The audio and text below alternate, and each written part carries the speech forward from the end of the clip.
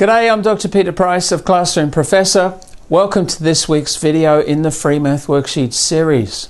This week we go on with another fractions topic, and the topic is counting fractions along a number line. So this is an introductory topic when students are just starting to learn about fractions and they understand a bit about how to write them down and so on. And we're going to help them to develop an understanding of the sequence of fractions and what happens when you get up to the next whole and that sort of thing.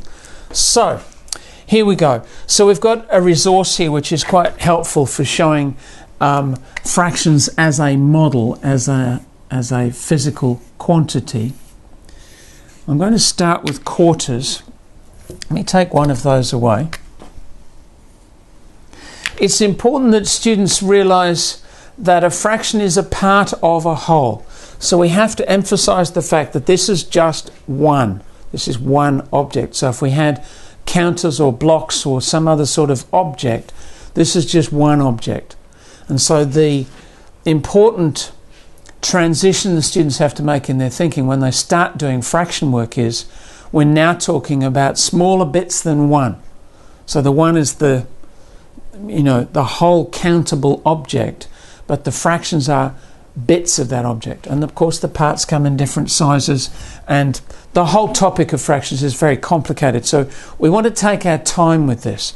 I do like these resources. They're bright and colourful, they stick to the board easily, and they will really help the students to get an idea of, excuse me, for one thing, the different sizes of fractions. So you can show them, here's a quarter, a twelfth, and an eighth. What do you notice? Well, they're all different sizes. What do you notice if I put them in order like this? So this is one part out of 4, this is one part of 8, this is one part out of 12. They're getting smaller as they go on, as the denominator gets bigger and so on. So we're going to be able to talk about a whole range of topics about fractions. But I want to focus on the ways that we record fractions, and there are 3 principal ways of doing that. One is with a picture or some sort of resource or something like this. Now I've deliberately drawn this curved line here so we can see the rest of it, because if we just had those 3 pieces it could be that shape rather than parts of something else. All right. So we've got those parts as a pictorial or physical model. Then we have a symbol where we write 2 numbers with a line in the middle. And of course we're going to have to explain all that to students and what it all means. Technically we call this the numerator, the denominator, and the vinculum, but you almost certainly won't use those words with young students because they're very big words. They're not used in other contexts, and so I feel students aren't ready for that until they're quite a bit older. But we will explain what the 3 means and what the 4 means and so on, so that students can understand the rules for writing a fraction. Let me move on to the 3rd one, and that is, so I'm going to use a better pen.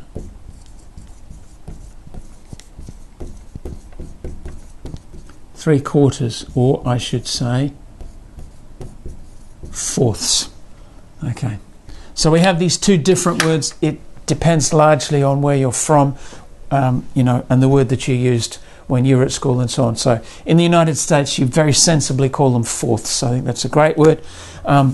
In a lot of the rest of the world we call them quarters. Either way we have a name for the fraction. So with these 3 representations we can then ask a range of questions for students to say, if I give you one of these, can you give me the other 2? So we can say, can you write this fraction down as a symbol, as a fraction? Can you tell me what this is called in words? What fraction is this? Or we could provide a student with this representation and say, can you show me that with materials? Or can you colour in that much of a circle? Can you tell me what that's called in words, and so on? Okay, so that whole idea of moving around this triangle of a visual representation, the symbolic notation, and the verbal words to name the number. We use the same thing exactly for whole numbers and for decimal fractions and so on when we're teaching those topics. Let's move on to the number line. So I'll just tidy up a little bit here and remove this. Now with the number line, the students will hopefully be familiar with the number line using other numbers. Using whole numbers, they're used to counting along the line, and you know, they know that's how we do it. We usually have a 0, and we'll have a 0 here, and we're moving in this direction, and we're going to add 1 every time. Only this time we're not going to add 1 whole, but we're going to add a fraction. So let's do this in eighths. And if we say here's a fraction it's more than nothing, what number are we up to? Well, we're up to 1/8. So let's make this point on the number line equal to 1/8. Let's put another one there. What will we call that? Of course, that will be 2/8. And we continue on. When we do this, the student should notice that there's something not changing here. It's the denominator, of course. The 8 on the bottom does not change. Why not? Because that only tells us how big the fraction is. It tells us what sort of fraction it is. It gives us the name of the fraction. That, of course, is where the word denominator comes from. It comes from a word meaning the name for something. And we just keep doing this, and we keep adding pieces, and we'll do 5/8, 6/8, 7/8. What will happen when we get all 8 of them? This, of course, is the interesting bit. It's also the tricky point in the process for the students. Sorry. When we get all 8 of them, we could give that another name, or we could write it down in another way. And of course, that is to say it's the same as a whole. And what do we write down for one whole? If we have one object, we write down 1. So what we could write here is just plain 1. Now, there's an alternative. We could say it's 8/8, and that is still true. These are both the same. They're equal in value. And so we'll teach that at some point. We're going to teach the difference between improper fractions and mixed numbers. Let's say we're not doing improper fractions at this point. Let's just say we're now up to a whole. So this is where we're up to. We've counted up in eighths. We're now up to a whole. How much will I have if I add another 8th?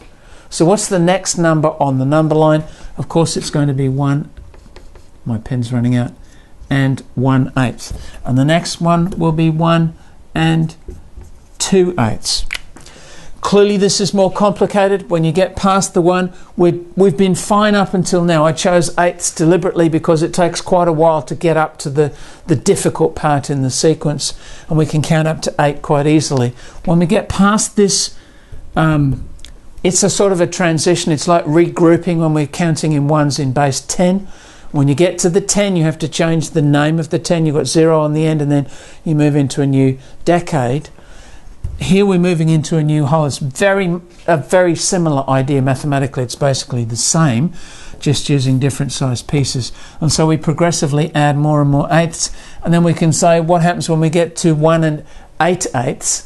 Of course, that will be 2, and then we'll move on.